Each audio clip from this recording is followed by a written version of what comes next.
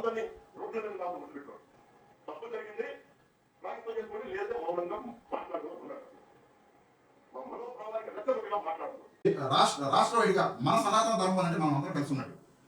సరే, ఎవరి మతం అంత ఉండొచ్చు, కానీ ఈయన ఒక రాజ్యాంగబద్ధమైన పదవిలో ఉన్నాడు కాబట్టి రాజ్యాంగబద్ధమైన పదవి డిప్యూటీ సీఎం హోదాలో ఉండి మా సనాతన ధర్మం అన్నాడంటే ఈయన పర్టికులర్ గా సనాతన ధర్మాన్ని ఈయన ఎంకరేజ్ చేస్తున్నట్టే.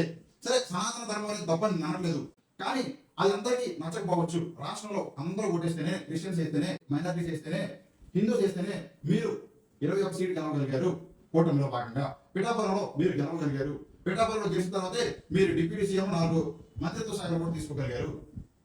మరి ఇదంతా కూడా సనాతన ధర్మం వల్లనే వచ్చిందని మీరు అనుకుంటున్నారా? మీరు ఫస్ట్ నుంచి కూడా సనాతన ధర్మం మీదే రాజకీయం చేశారా? సనాతన ధర్మంతోనే మీరు రాజకీయ పార్టీ పెట్టారా? మీరు అనుకున్న సనాతన ధర్మం వాళ్ళు మాత్రమే మీకు ఓటేశారా? మరి మీరు ఎందుకు గెలిచిన తర్వాత ఇప్పుడు కొత్త రకం మొదలెట్టారు? మా సనాతన ధర్మం అని మీరు ఎందుకు అంటున్నారు అని అంటే, రాజకీయాలకు ముందు ఒక కోణం ఇది, ఒక మొహం, రాజకీయం తర్వాత ఒక మొహం తీసుకొచ్చారు. మీరు పని ఈ యొక్క మంత్రిత్వ శాఖలో డిప్యూటీ సీఎం వచ్చి దానికి దేవాదాయ ధర్మదాయ శాఖ ఏదైతే ఉందో దానికి టీడీ చైర్మన్ గా వ్యవహరించాల్సింది. అంటే మీరు రాజ్యాంగబద్ధమైన పదవులు ఉండకూడదు. ఈ రకమైన సరే మా సనాతన ధర్మం అనే పదవి ఉపయోగించడం నిజంగా ఆలోచిస్తే ఇది చాలా దారుణమైన పరిస్థితి. మీరు మీ సనాతన ధర్మం మాత్రమే చూస్తారా అని చెప్పేసి అర్థమవుతుంది. మిగతా చేసిన క్రిస్టియన్స్ కానీ, మిగతా చేసిన ఎవరైతే ముస్లిమ్స్ ఉన్నారో వీళ్ళందరూ కూడా మీ కాదు అని చెప్పి మీరే చెప్తా ఉన్నారు.